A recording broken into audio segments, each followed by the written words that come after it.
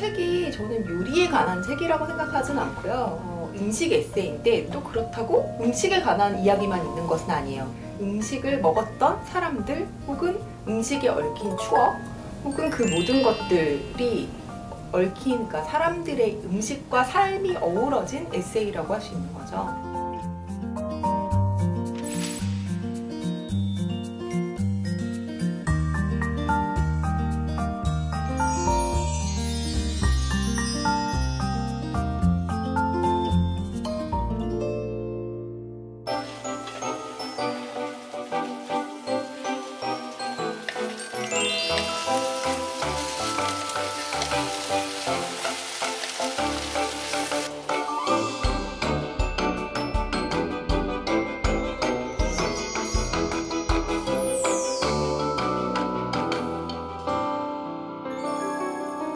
우리 집에 놀러와라는 말은 저한테 같이 밥 먹을래 라는 의미인데요. 누군가와 같이 음식을 먹는다는 거는 그 사람과 함께 이야기를 나누고 또 그 사람과 함께 나눈 이야기들이 어떤 추억이 되고 그리고 또 오랜 시간이 지나면은 그 시간들이 어떤 한 시절로 기억이 되는 것 같아요. 그래서 어떤 음식의 맛보다 사실 더 오래 기억되는 거는 그 사람과 함께한 추억이고 또 그 사람과 함께 나눈 이야기고, 그래서 저는 그 사람들과 나눈 추억과 이야기가 하나의 인생이라는 거대한, 그러니까 요리의 재료가 되는 것 같아요.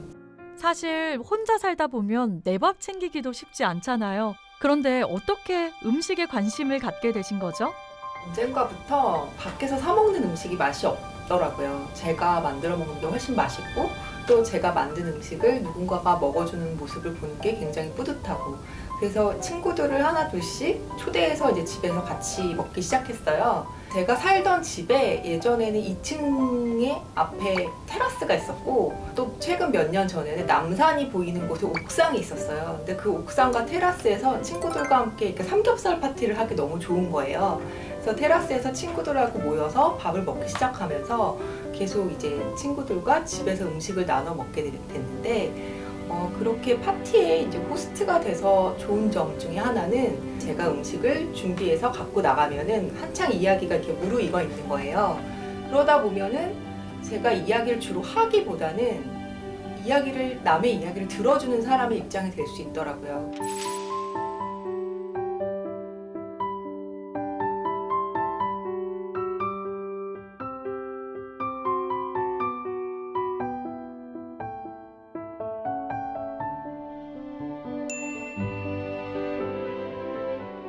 작가님은 어떨 때 요리를 하고 싶으세요?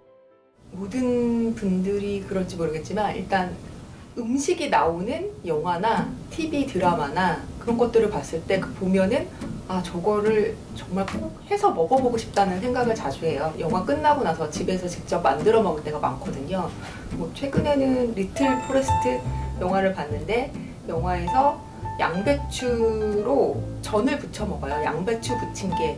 집에 양배추가 있어서 양배추에 새우랑 감자랑 야채들 썰어 넣어갖고 부쳐서 돈가스 소스랑 마요네즈랑 갓소부시를 뿌리면은 영화 속에서 나온 그 양배추 전이 되는데, 또 제가 일본에 가서 먹었던 오코노미야끼의 맛하고도 비슷하고 그런 것 같아요. 그 음식들은 어떻게 보면은 그냥 단순히 등장한 게 아니라 어떻게 보면 그 음식이 하나의 스토리텔링으로서 등장을 했거든요.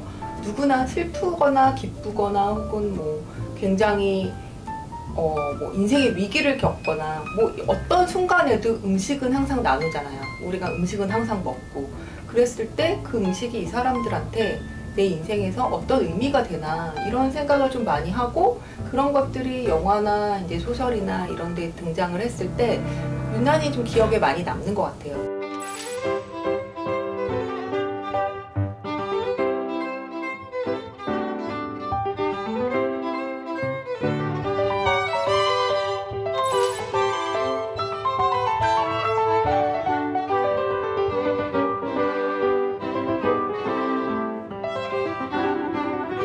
누군가를 위해 음식을 만드는 이유가 궁금해지네요.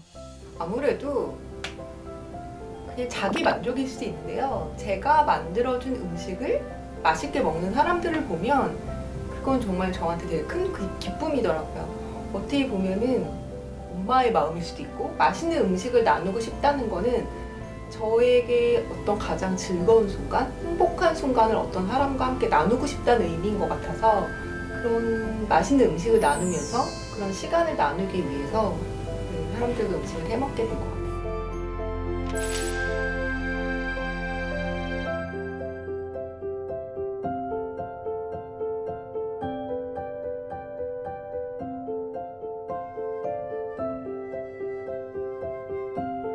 예전에는 좀 이탈리안이나 뭐 스페인이나 이런 서양식 요리를, 유럽식 요리를 좋아했다면 요즘에는 이제 한식에 좀 관심이 생기는 것 같아요. 사실 한식이 가장 어떻게 보면 손이 많이 가고 힘든 요리라고 하는데, 요즘에는 이렇게 정성이 들어간 요리들에 엄마들이 왜 사골 국물을 항상 끓여줬잖아요. 가족들이 누가 아프거나 뭐 좋은 일이 있거나 힘을 낼 일이 있을 때는 그렇게 시간을 들여서 해먹는 음식이 굉장히 맛있다는 생각이 좀 들었고, 무쇠솥에 밥을 해먹는 친구들이 좀 요즘에 많아졌어요. 그래서 좀 밥을 정성 들여서 해먹고 싶다 이런 생각이 들어서 아직 해보지는 않았지만 좀 시간이 있으면은 이제 전기밥솥이 아니라 직접 솥에 밥을 지어 먹고 싶더라고요. 나와 밥 한 끼예요. 내게 21분 30초만 내어줘요. 커피도 누군가와 이별했을 때 뭐 이별한 지 좀 오래돼서 오히려 저는 근데 그런 힘든 일이 있었을 때는 아주 평범한 음식을 먹는 것 같아요. 왜냐면 거창하게 뭔가 음식을 해먹을 기운도 없고, 그냥 힘든 일일수록 오히려 매일 먹는 평범한 음식을 먹어서 그런 어떤 그 일이 별거 아니다 라고 이렇게 약간 그냥 평범하게 넘어가고 싶은 마음이 있더라고요. 그래서 그럴수록 굉장히 익숙하고 평소에 제가 자주 해먹는 음식, 그러면서도 좀 따뜻하고 먹으면 든든한 음식을 그냥 해먹는 편이에요. 스트레스를 많이 받았을 때 굉장히 매운 음식, 또 낙지볶음, 혹은 굉장히 매운 떡볶이, 청양고추를 넣은 라면, 우울할 때는 굉장히 단 음식, 단 뜨거운 핫초코를 먹거나 초콜릿을 먹거나 유자차라든지 단팥죽. 이 책은 어떻게 보면은 그냥 되게 우리가 평범하게 살아가면서 먹는 일상적인 그런 음식들, 되게 거창한 음식이 없어요. 뭐 어떤 특별한 레시피가 있는 것도 아니고, 그러니까 요즘에 젊은 사람들이 이제 유행인 게 소확행이라고 하잖아요. 작지만 되게 확실한 행복. 그러니까 맛있는 것을 내가 좋아하는 사람들과 함께 먹으면서 작지만 그런 일상에서의 확실하고 작은 행복을 느꼈으면 좋겠다. 네, 소확행. 작가님이 만든 요리를 먹은 친구들에게 가장 듣고 싶은 말은 뭔가요? 오늘 참 즐거웠다. 작가님이 만든 요리를 먹은 친구들에게 가장 듣고 싶은 말은 뭔가요? 오늘 참 즐거웠다. 오늘 참 배부르게 잘 먹었다. 그런 생각하고 가면 좋은 것 같아요. 화창한 날씨도 참 좋아.